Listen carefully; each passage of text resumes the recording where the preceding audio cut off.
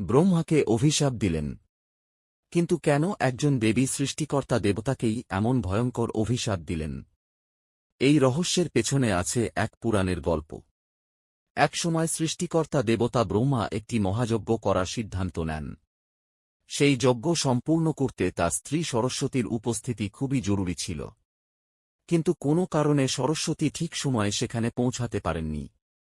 যজ্ঞের নির্দিষ্ট সময় চলে যাচ্ছিল, তাই ব্রহ্মা অপেক্ষা না করে আরেক দেবী গায়ত্রীকে নিয়ে যজ্ঞ শুরু করে দেন। কিছুক্ষণ পরে যখন সরস্বতী সেখানে পৌঁছালেন, তিনি দেখলেন তার জায়গায় অন্য দেবী বসে আছেন এবং যজ্ঞ ইতিমধ্যেই শুরু হয়ে গেছে। এতে তিনি খুব অপমানিত ও রাগান্বিত হয়ে পড়েন।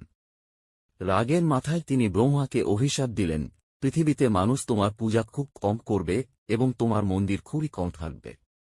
বলা হয় এই কারণেই আজও পৃথিবীতে ব্রহ্মার মন্দির খুব কম দেখা যায়।